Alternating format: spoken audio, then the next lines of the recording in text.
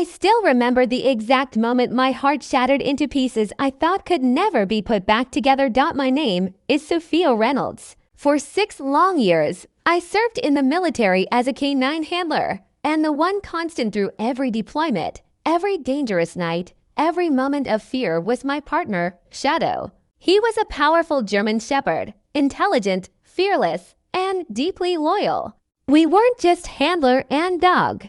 We were family. He saved my life on multiple occasions, sensing danger before I could, staying by my side when explosions rocked the ground beneath us. I trusted him with my life, and he trusted me with his dot when a roadside incident left me with a serious leg injury and forced me home for extended recovery. The thought of leaving Shadow behind tore me apart. But military rules and my physical condition made it impossible to keep him with me during the early months of healing. I needed someone I could trust completely. That person, I believed, was my older sister Lauren. Lauren and I had always been close, or so I thought. She was the one who helped me through our parents' passing years earlier. She had a big house with a fenced yard, and she had always loved dogs. When I sat her down and explained the situation, tears in my eyes, she hugged me tightly, soft. Don't even worry. Shadow will be safe with me. I'll treat him like my own. You just focus on getting strong again so you can come home to him. Her words brought me so much comfort during those painful airport goodbyes. I hugged Shadow one last time, buried my face in his fur, and whispered, "I'll be back soon, buddy. Be good for Aunt Lauren." The first few weeks, everything seemed fine. Lauren sent me photos of Shadow playing in her yard, sleeping on her couch, even a video of him eating special meals she prepared. I called every single day. Hearing his bark over the phone was the highlight of my painful physical therapy sessions. I would tell him how much I missed him, and Lauren would laugh and say he was doing amazing. But slowly, something started to feel off. The daily videos stopped. Phone calls became shorter. When I asked to do a video call so I could see Shadow, Lauren always had an excuse. He was sleeping. He was at the vet for a checkup. He was outside and couldn't come in right now. A quiet unease settled in my chest, but I pushed it away. I told myself I was just being paranoid because of the pain and separation. Then came the day that changed everything. I had pushed through recovery faster than expected. The doctors were impressed. I rented a car and drove the 4 hours to Lauren's house without telling her I was coming. I wanted to surprise her and, more importantly, surprise my boy. As I pulled up to her driveway, my heart was racing with excitement. But what I saw made my blood run cold. Shadow was chained in the front yard. He looked thinner. When my car door opened and he caught my scent, he went wild, pulling against the chain, whining desperately, barking in a way I had never heard before. It was a cry of pure heartbreak and joy mixed together.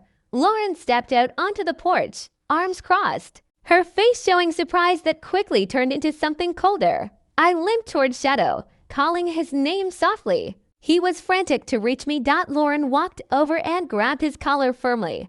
"That's my dog now," she said with a smirk that I will never forget. "He's happy here. He's bonded with me.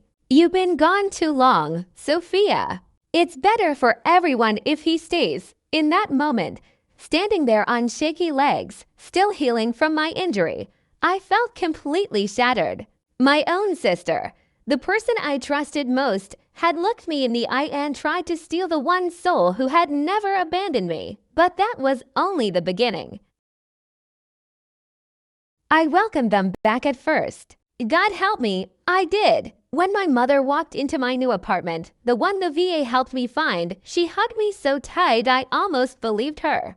She cried real tears looking at my prosthetic. My sister brought flowers and homemade lasagna. My father even shook my hand and said, "You're stronger than all of us, kid." For 2 weeks it felt like healing. We laughed, we cried. They listened to parts of my story. I let myself believe that maybe the explosion had shaken them awake. That blood really was thicker than water. Then the questions started. "So, how much are they giving you?" "Exactly." My father asked one evening, trying to sound casual while staring at his coffee. I hesitated. Something in his eyes shifted. Enough to live on, I said quietly. Enough to rebuild, Emily leaned in. You know we've been struggling, right? The mortgage. Medical bills for Dad. She reached for my hand. We're family, Sarah. We'll help you manage it. That night I couldn't sleep. A cold feeling settled in my chest. I started noticing little things. My mother going through my mail when she thought I wasn't looking. My sister asking to help set up my bank app on her phone just in case. The mask slipped completely the day my mother sat me down with actual paperwork. Sweetheart, we found a financial advisor. He says the best thing is to put everything in a family trust. That way we can all benefit and no one can take advantage of you. I stared at her. A family trust? You mean your name's on my compensation? The room went quiet. My father cleared his throat. We sacrificed a lot raising you. You were never easy. The least you can do is make sure we're taken care of. After everything we'd been through, everything they had been through, that was the moment my heart finally shattered. I saw it all. Clearly, the ignored calls from the hospital, the empty promises, the years of emotional absence I had excused for so long. They didn't come back for me. They came back for the money my blood and broken body had earned. I asked them to leave that night. My mother cried. My sister called me selfish. My father said I was letting the military brainwash me. The door closed behind them and I slid to the floor, prosthetic leg aching, sobbing so hard I couldn't breathe. The betrayal cut deeper than any explosion. At least the Ide was honest about trying to destroy me. For weeks, I spiraled. I stopped answering calls. I questioned everything, my worth, my choices, even whether I deserved the compensation at all. The loneliness was crushing, but in that darkness, something shifted. I started talking to other wounded veterans.